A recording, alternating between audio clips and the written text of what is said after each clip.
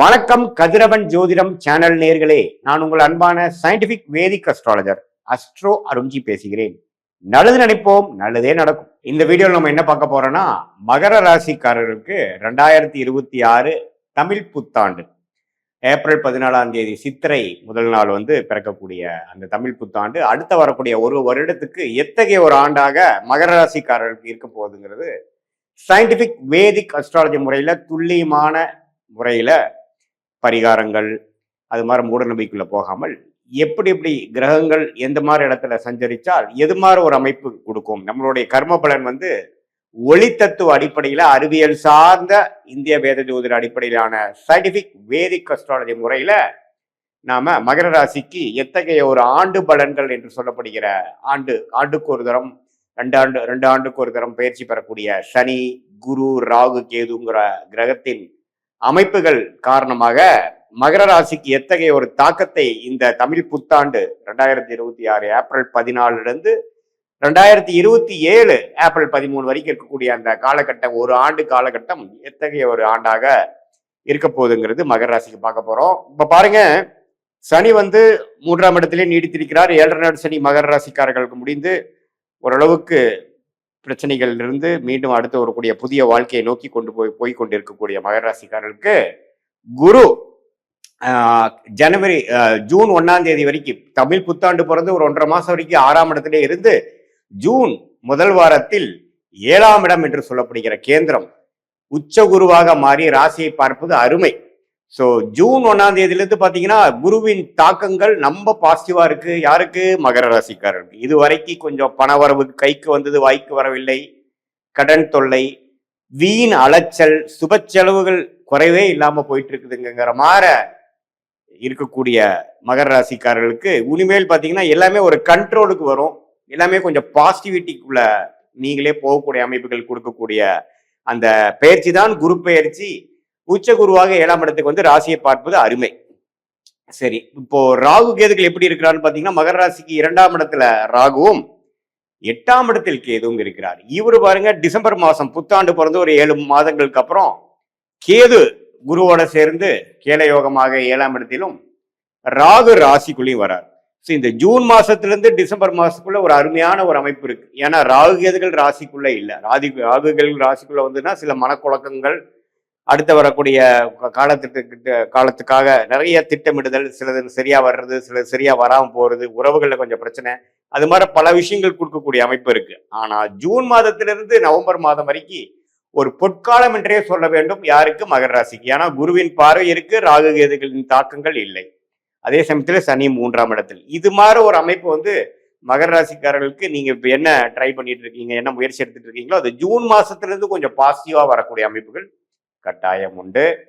அப்புறம் பாத்தீங்கன்னா இந்த டிசம்பர் மாசத்துக்கு அப்புறம் எப்படி ஆகும் அப்படின்னா இன்னும் கொஞ்சம் புதிய முயற்சி, சில பேர்த்தோட அசோசியேஷன், சில கான்ட்ராக்ட், சில வேலை மாற்றம், தொழில் அபிவிருத்திக்காக சில விஷயங்கள், நம்ம ஒருத்தரோட டைப் போடுறது, ஒரு கிளையண்ட்டு, கஸ்டமரு, கொலீகு, அது மாதிரி சில விஷயங்கள்ல நம்ம கொஞ்சம் சிரத்தையாக சில மெனக்கெடுதல், அது மாதிரி விஷயங்கள் தேவை. அதே மாதிரி மாணவர்களுக்கும் பாத்தீங்கன்னா இந்த ஜூன் மாதத்திலிருந்து நவம்பர் மாதத்துக்குள்ள அவங்களுக்கு வேணுங்கிற கோர்ஸு, என்ன மாதிரி அட்மிஷன் போகணும், எது மாதிரி ஹையர் ஸ்டடீஸ் பண்ணணுங்கிறதுக்கெல்லாம் நல்லா அமைச்சுக்கக்கூடிய அமைப்பு கட்டாயம் உண்டு.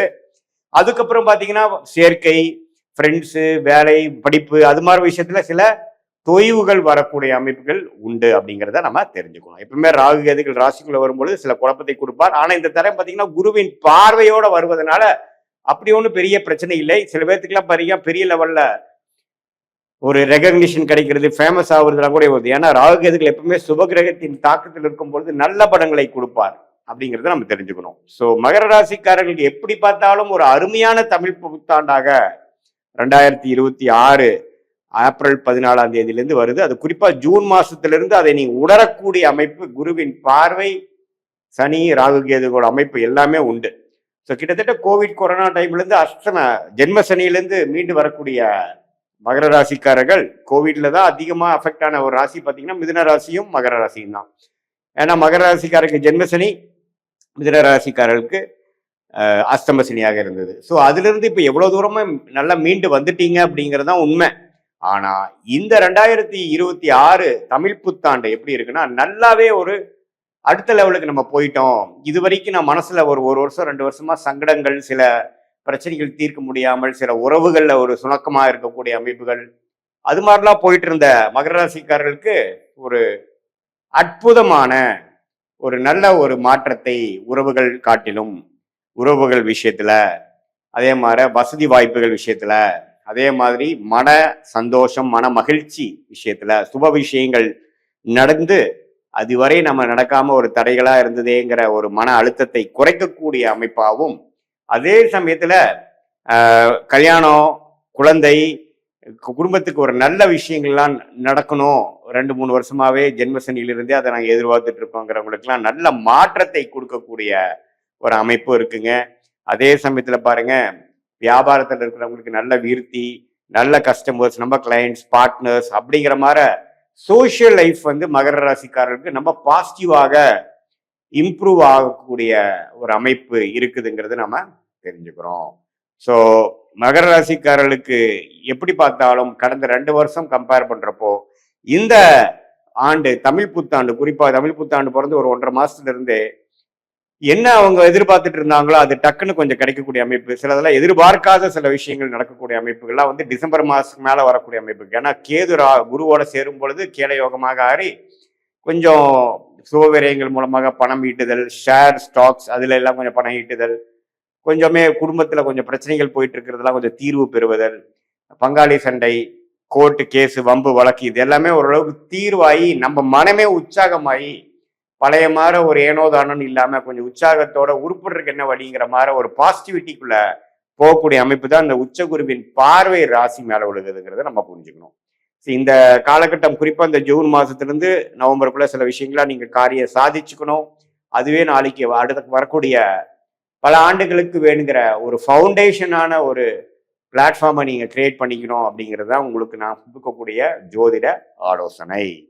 இது பொதுவான பலனை தவிர உங்களுடைய ஜென்ம ஜாதகத்துல பிறந்த தேதி, பிறந்த நேரம், பிறந்த உரை வைத்து உங்க ஜாதகத்தை போட்டு நீங்க எந்த லக்னத்துல பிறந்தீங்க, நீங்க மகர ராசியில அவிட்ட நட்சத்திரத்துல பிறந்திருந்தாலும் சரி, திருவோண நட்சத்திரத்துல பிறந்திருந்தாலும் சரி, உத்திராட நட்சத்திரத்துல பிறந்திருந்தாலும் சரி, லக்னாதிபதி நீ என்ன லக்னம், உங்க லக்னாதிபதி எப்படி இருக்கிறார், ஸ்தானபலம், திக்பலம், திருப்பலம் எப்படி இருக்கிறார், எது மாதிரி தசாபுக்திகள் போய்கொண்டு இருக்கிறது, உங்க லக்னத்துக்கு யோகமான தசைகள் போய்கொண்டு இருக்கிறதா, எது மாதிரி வாழ்க்கையில் அடுத்த வரக்கூடிய 6 months 3 months அடுத்த 12 months 1 yearலாம் எப்படி இருக்கு, எது மாதிரி திசையில் நம்ம வாழ்க்கை அமையக்கூடிய அமைப்புகள் இருக்கு, திரும்பக்கூடிய அமைப்புகள் இருக்கு, எந்தெந்த பிராப்தங்கள் காத்து இருக்கிறது, எந்தெந்த பிராப்தங்கள் நமக்கு வரக்கூடிய அமைப்புகள் இல்லை அப்படிங்கிறத தெளிவா தெரிந்து அதை நோக்கி நீங்க வாழ்க்கையில செய்யக்கூடிய முயற்சிகளா இருந்தாலும் சரி, திட்டங்களா இருந்தாலும் சரி, அதை நோக்கி நீங்க வந்து ஒரு செயல்பாடுகளையும் நீங்க செய்யும் பொழுது வாழ்க்கையில் எளிதில் எதிர்நீச்சல் போடாமல் வெற்றி பெற முடியும் என்று சொல்ல விரும்புகிறேன்.